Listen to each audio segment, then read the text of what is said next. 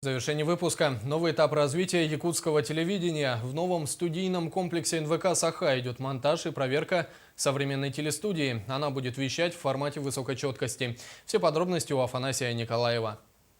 Новое оборудование включает в себя современный аппаратно-студийный комплекс и 6 камер американской фирмы Grass Valley. Впервые оно было представлено на выставке в Лас-Вегасе только весной этого года и представляет собой вершину телевизионных технологий.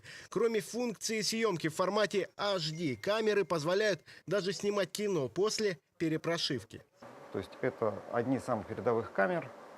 Камеры интересны еще тем, что при помощи изменения программного обеспечения можно даже снимать киноварианты, соответственно, таким образом расширять спектр производства. Сейчас в новом студийном комплексе НВК «Саха» идет съемка новогоднего мюзикла. Параллельно техническая служба ведет монтаж и калибровку новой аппаратуры.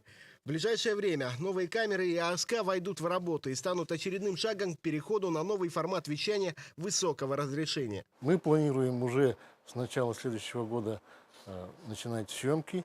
И уже в следующем году, к концу следующего года, может быть, мы сможем уже передать